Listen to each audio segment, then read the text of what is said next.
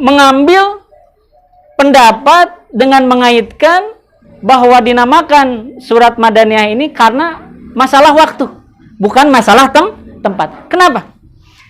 Karena ada satu surat di dalam Al-Quran yang turunnya di kota Makkah, tapi namanya Madaniyah.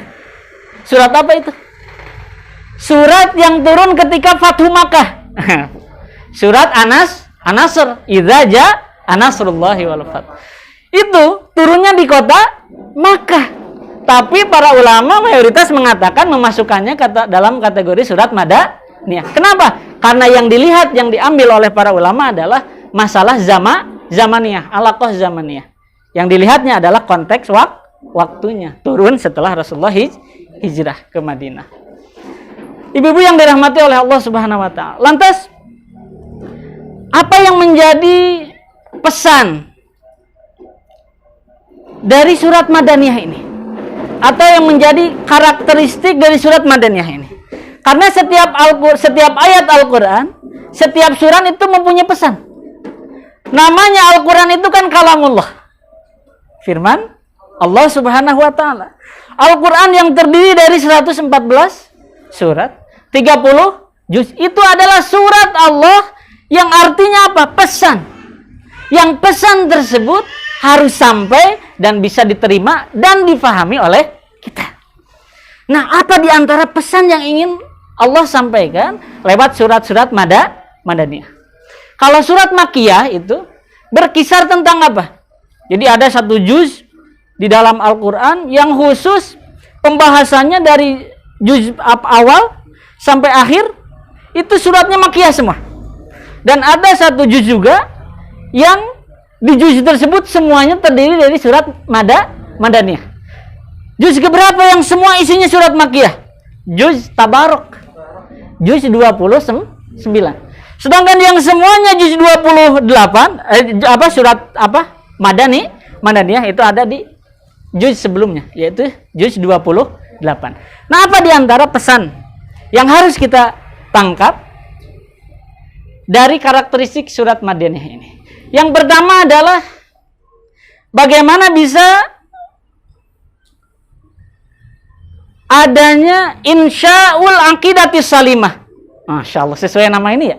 Salimah. Insya al-aqidah as-salimah. Bagaimana bisa terbentuknya suatu akidah yang benar. Akidah yang selamat. Akidah yang benar yang bisa menyelamatkan orang yang meyakini akidah tersebut, baik dalam kehidupan dunianya maupun kehidupan akhiratnya. Makanya berisinya tentang apa? Akidah. Qul ya ayyuhal kafirun, ya ayyuhan nas. Dan ini sifatnya umum. Diawali biasanya ya ayyuhan nas, ditujukan kepada manusia secara umum karena ingin mengajak untuk semuanya berakidah yang salimah. Sedangkan yang kedua adalah di antara isinya adalah supaya apa? Ada yang namanya tasawur al-jadid lil wujud wa alaqatuhu li khaliqil wujud. Masya Allah. Yang kedua yang lebih dari itu adalah supaya manusia mempunyai paradigma baru, atau dalam arti punya pandangan, punya pemikiran, wawasan yang baru bahwa hidup ini bukan hanya sekedar kehidupan dunia. Sebagaimana yang difahami oleh orang-orang kufar Quraisy pada waktu itu. Ya, hidup ini tidak hanya sebatas kehidupan dunia. Mereka tidak mempercayai, mengimani adanya hari akhir, hari kiamat. Pokoknya nikmatilah. Aji mumpung di dunia, udah. Apa yang ingin dilakukan, lakukan. Apa yang diinginkan, wujudkan, kejar sampai dapat, tanpa melihat apakah halal atau haram, boleh atau tidak boleh, diperintahkan atau dilarang. Itu berisi. Sedangkan karakteristik dari surat Madaniyah adalah bagaimana setelah mempunyai akidah yang salimah, punya wawasan yang universal, yang kamil, mutakamil, yang istilahnya apa? Yang sempurna. Kemudian dilanjutkan apa? Dilanjutkan adanya paradigma baru bahwa manusia itu diberikan tugas oleh Allah, khususnya umat Islam, untuk memimpin. Masya Allah. Untuk memimpin. Khalifatun fil ard. Nah, hanya mungkin akhir-akhir ini makna khalifah menjadi sesuatu yang jadi bias, jadi alergi, kan gitu ya. Dengar kata khalifah seakan-akan bukan dari Islam. Padahal itu inti ajaran dari Islam. Hanya mungkin ada sebagian orang atau kelompok yang memahaminya kurang tepat. Kenapa? Karena dalam konteks pemikiran ini, Ibu, saya ajak untuk jalan-jalan dulu. Dalam konteks pemikiran Islam, Syekh Yusuf Qaradawi mengatakan bahwa ada 3 kelompok nih. Ini yang harus kita waspadai, harus kita cermati. Ada 3 kelompok yang senantiasa akan mengisi apa? Pemikiran Islam. Yang pertama adalah golongan yang dikatakan konservatif. Siapa? Ciri-cirinya bagaimana? Konservatif itu memaknai tekstual. Saklek. Tekstual, saklek, istilahnya kaku. Pokoknya ya kalau itu ya diartikan itu. Allah punya tangan ya punya tangan kan gitu. Tidak boleh ditakwil bahwa tangan itu adalah kekuasaan. Pokoknya harus seperti itu. Saklek, kaku.